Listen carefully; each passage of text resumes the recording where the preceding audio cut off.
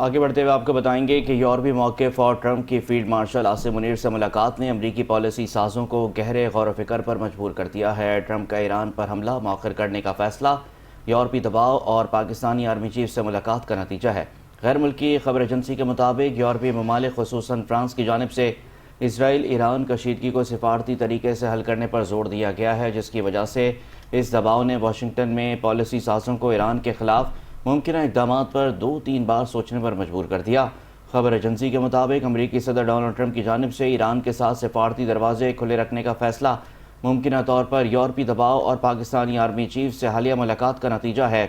فرانسیسی صدر Immanuel Macron نے واضح کیا ہے کہ وہ ایران میں حکومت کی تبدیلی رجیم چینج کے سخت مخالف ہیں اور مسئلے کا حل صرف اور صرف سفارتی کوششوں میں دیکھتے ہیں۔ رپورٹ کے مطابق اگر امریکہ اسرائیل کی جانب سے ایران پر بمباری کی مہم میں شامل ہوتا ہے تو اسے یورپی ممالک کی حمایت کی ضرورت پڑے گی۔ یورپی قیادت شاید اتنا دباؤ نہ ڈال سکے کہ وہ واشنگٹن کا موقف مکمل بدل سکے، لیکن اس موقف نے امریکی پالیسی سازوں کو مجبور کر دیا ہے کہ وہ 2-3 بار سوچیں اور شاید 1 یا 2 ہفتے اس بات پر غور کریں کہ وہ در حقیقت کیا کرنے جا رہے ہیں۔ رپورٹ کے مطابق اگر ٹرمپ واقعی ایران کو توڑنا چاہتے ہیں یا حکومت تبدیل کرنا چاہتے ہیں تو یہ بوجھ انہیں خود اٹھانا پڑے گا، اور وہ ایران میں سرمایہ کاری نہیں کرنا چاہتے اور اس صورتحال کو یورپیوں کے سپرد چھوڑنے کا ارادہ رکھتے ہیں۔ یورپی ممالک پہلے ہی یہ موقف اختیار کر چکے ہیں